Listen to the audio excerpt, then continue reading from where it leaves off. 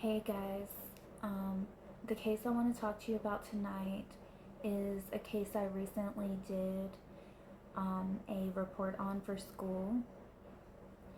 Some of you may be familiar with the case. It did receive quite a bit of media attention, and I believe there was a documentary made about it. The case is Kalief Browder's case. So, Kalief Browder was a 16-year-old boy. On May 15th, 2010, he and a friend were walking home from a party and they were stopped by the police because they matched the description of a 911 call they had received about a stolen backpack with valuable items in it. Despite not finding any of the items on Kalief or his friend, and both Kalief and his friend fully cooperating with the police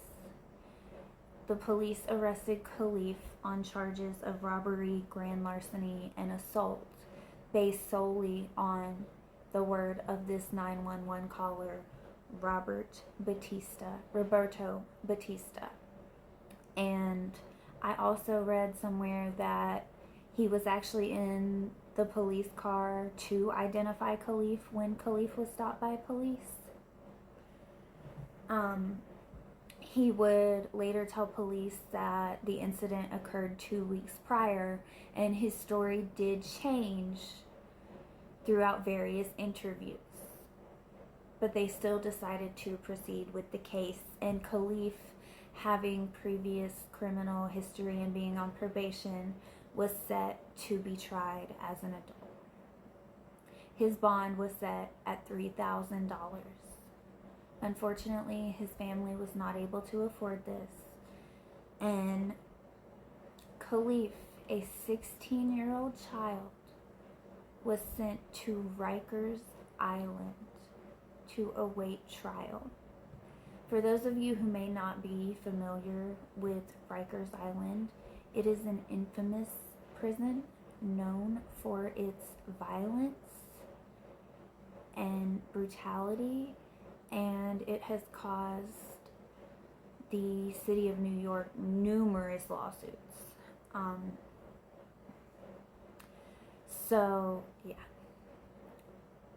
Kalief, at 16 years old, was sent to Rikers Island. He would await trial there for 3 years. Of those 3 years, about 800 days in solitary confinement. That's almost 2.5 years in solitary confinement for a trial that would never happen. This, in my opinion, unreliable witness, Roberto Batista, went back to Mexico, I believe it was, and after 3 years awaiting trial in prison, Kalief was released, now at the age of 19. But for the next couple of years, Kalief would struggle with trauma and mental health issues due to his time at Rikers Island.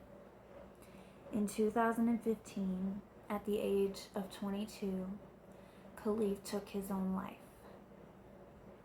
It is stated that it was due to his trauma and mental health issues from his time at Rikers. In 2015, the family filed a wrongful death lawsuit against the city of New York. This lawsuit would drag on for years, and after her son's death, Kalief's mom became an activist, and she fought for justice and reform for situations similar to her son's. Unfortunately, the stress from all of this and the grief from losing her son after all of the horrific stuff he endured, she died of a heart attack in 2016. In 2019, two things would happen. The city of New York would finally settle with Kalief's family for $3.3 million. They also would pass some bail reform laws, basically making misdemeanors, most misdemeanors and non-violent felonies, cashless bonds. And my personal opinion on that is, yeah, if there was a cashless bond, sure, maybe Kalief would not have had to endure all that. But who in the world thought it was okay to send a 16-year-old child to Rikers Island? I don't care if he has a criminal past, if he's been in trouble before. He was accused of stealing a backpack, not murdering someone. And the only evidence you had was the word of a man who couldn't keep his story straight.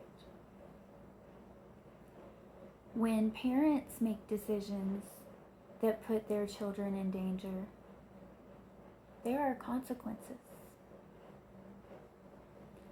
So why are there not consequences for those who chose to put Kalief's life in danger by sending him to Rikers Island, a prison for grown men? I don't know how y'all do it there, but even here, if a child is charged and tried as an adult, convicted as an adult, they still go to juvenile until they're 18. This boy wasn't even convicted and was honestly, in my opinion, most likely innocent. And y'all sent him to a prison for grown men. And what he endured there caused him to take his life. I believe that the people who made this decision to send Kalief to Rikers should be held accountable and should face consequences as well. I hope that Kalief's family has found peace somehow and moved on from this, and I hope that Kalief is now at peace. But New York, what the hell are you doing? How is this in any way okay?